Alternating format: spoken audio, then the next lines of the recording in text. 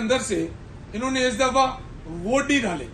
जिसका हमें शुबा था कि ये वोट डालेंगे और वोट को जाया करेंगे। इन्होंने इस दफा ये प्लान किया कि जो फॉर्म 45 जो बेल्ट पेपर था उसको पाकिस्तान तहरीक इंसाफ के बेल्ट पेपर्स को फ्रेश डाल दिए और जो दीगर जमातों के बेल्ट पेपर थे वो पुराने थे और फोल्ड भी थे। ज़ाहिर जब हम बेल्ट पेपर में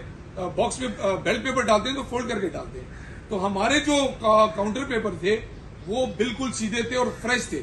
और जवाब ये पैदा किया गया कि जी आपके बेल्ट पेपर के ऊपर स्टैंप नहीं है। तो मैं ये पूछना चाहता हूं कि उस वक्त के जो आरओ थे वो क्या नाबीना थे या वो अक्ल से बहरे थे या उनको नजर नहीं आया कि मैं दीगर पार्टियों को तो उस बॉक्स के अंदर से मैं बेल्ट पेपर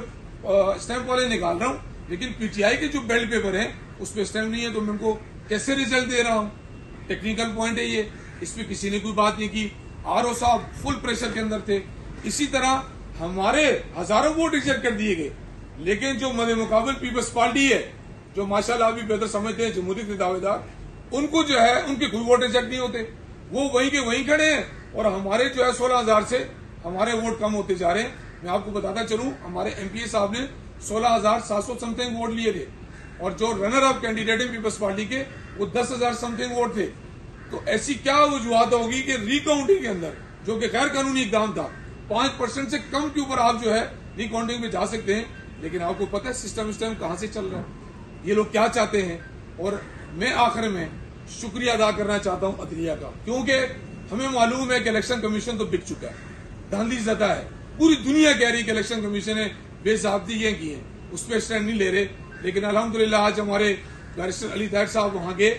और उस केस के अंदर उस केस को जो नोटिफिकेशन था उसको मुअत्तल करवाया और जमहूरियत का दावा करने वालों पीपल्स पार्टी ने कल 4 अप्रैल को आपने देखा